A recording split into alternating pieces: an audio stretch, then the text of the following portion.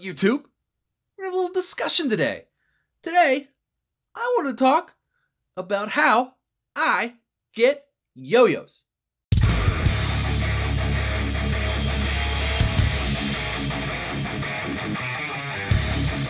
Alright, so a lot of you guys have sort of figured out I have a lot of yo-yos. There's cases there, there's cases there, there's a good case down there right now, and that's full of yo-yos. I generally do between 1 and 2 yo-yo reviews a week as well, so generally there's at least 1 or 2 yo-yos coming every week.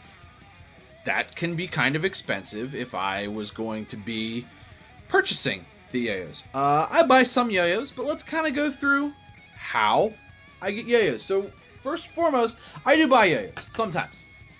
I don't buy as many as I used to, but I do buy yo-yos sometimes, particularly if something catches my eye and I'm like, ooh, I like that. Or if it's a sale, I'm a stickler for sales.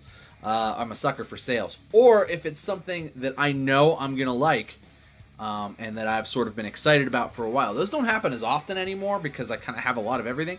But if it's something I know that I'm going to like, I generally will buy it or pre-order it or whatever. But that being said, most of the yo-yos that I review are just sent to me. Like I said, I will buy some things. I bought this.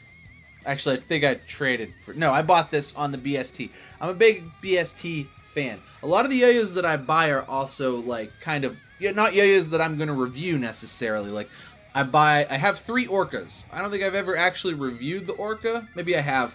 But I have 3 Orcas. And that's really just because I like it. And it's not a yo-yo that's really for sale very often. Not a yo-yo that needs to be reviewed, necessarily. But yo-yos like that, I like to buy a lot of older one-drop stuff, older CLYW stuff, because that's stuff I really like. It's stuff I throw a lot. And then I'll sometimes buy on the BST, like, beaters and stuff. Like, I bought this Basecamp Expedition. I guess I bought this, like, a year ago. But I have thrown and beat this up even more. Like, it was beat up when it showed up, and I've beat it up more. Because this is sort of an EDC type of yo-yo for me. So, I buy that kind of stuff. Sometimes I'll buy new releases if it's something I'm super excited about. I just bought the One Drop Overture and the V2, but I got those like on sale too, like super discounted because the guys at One Drop are amazing. And you know, so I'll buy stuff sometimes, but I can't buy every yo-yo that I review because, in all honesty, so I make from YouTube about maybe $2 a video, between $2 and $8 a video, I guess, is an average. If I paid full price for every yo-yo that I reviewed, I would be shelling out 90% of the yo-yo out of my own pocket. A lot of times I just would get yo-yos just to review them too. I can't play 4 cases full of yo-yos. I just can't. You know, and it comes down to it, it's probably maybe 10 or 15. I rotate things in and out, but a lot of yo-yos I don't necessarily play all that often, so it doesn't really make sense to just keep shelling out, you know, whatever, 50 bucks a week, 100 bucks a week. I don't make that much on YouTube. It just doesn't pan out. So I will trade for yo-yos sometimes. That's the other thing.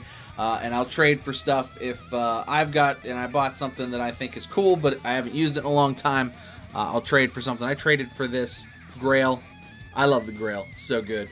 And a lot of times I'll trade for yo-yos that have like a ding in them or something, so that I can play the crap out of it. So this Grail's got like a little ding. Looks like from like rings. Maybe I did that.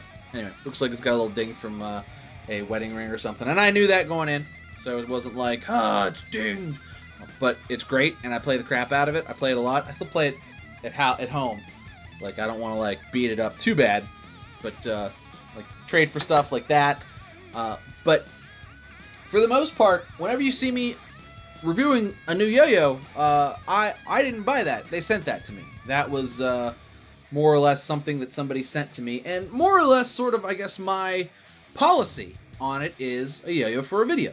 If you send me a yo-yo, I will make a video, at least one. And if I really, really like it, it'll probably show up in many videos, kind of like this Puff Adder has. It showed up in several videos now because I like it, and it's always on my desk. So when I'm filming, I can be like, oh, look, there's my Puff Adder. So, you know, that's sort of how that works. I know there's a lot of people who are like, oh, well, you just in it for the... I'm not just in it for the yo-yos. If this wasn't fun, I wouldn't do it. I have enough yo-yos.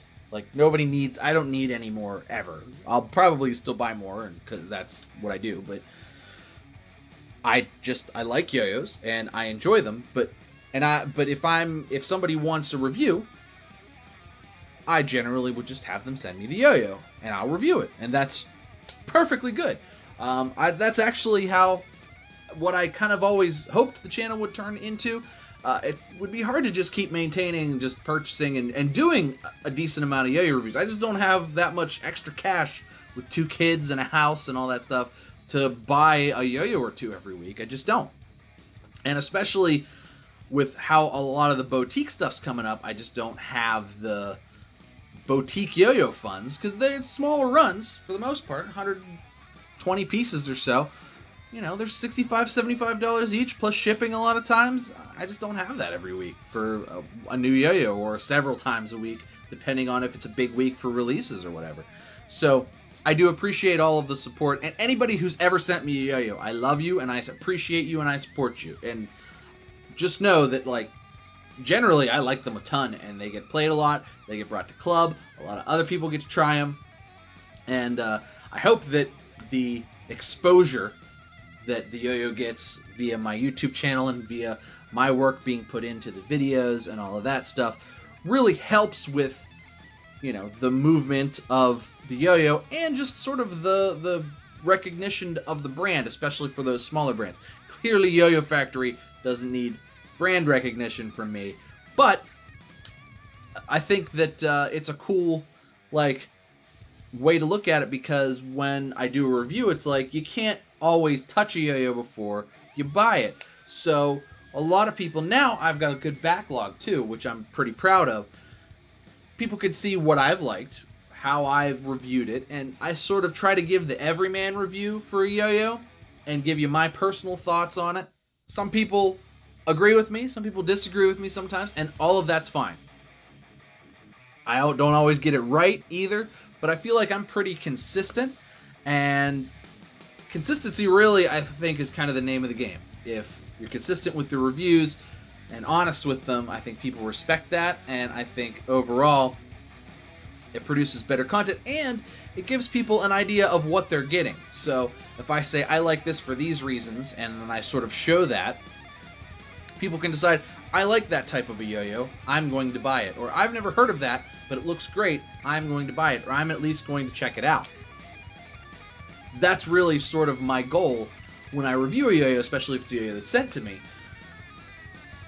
to sort of just kind of give exposure and get other people's eyes on the yo-yo and get other people's eyes to the site. So it's sort of a like yo-yo for a video type of thing. And like I said, it's not always that way. Sometimes I buy the yo-yo, especially if it's a yo-yo that I'm really going to like. I shop just like everybody else too. Sometimes it's random. Sometimes I'm up by myself on Saturday night and I've had a couple beers and I'm like, you know what? I'm going to buy a yo-yo. A lot of times, though, that ends up being a fixed axle, or like I'll find somebody on the BST who has an old, like I said, CLYW or something in a cool colorway, and I'll pick that up instead. It's not necessarily that I buy yo-yos that I'm going to review.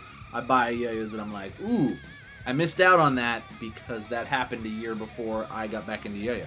So that's kind of how my purchases work, at least often enough. So, I mean, I guess the last question is that, you know, I guess there's probably people who get salty about that, but it really is a lot of work to do, especially yo-yo reviews. I try to do as high quality of a video as I possibly can for the yo-yo review. It's multi-segmented. I try to get the best photographs that I can, and then I try to share it and do sort of, you know, PR about it. I try to, like, get the video out, because all of the links are in the description, and you can kind of go and get all of that stuff from there and find out more information.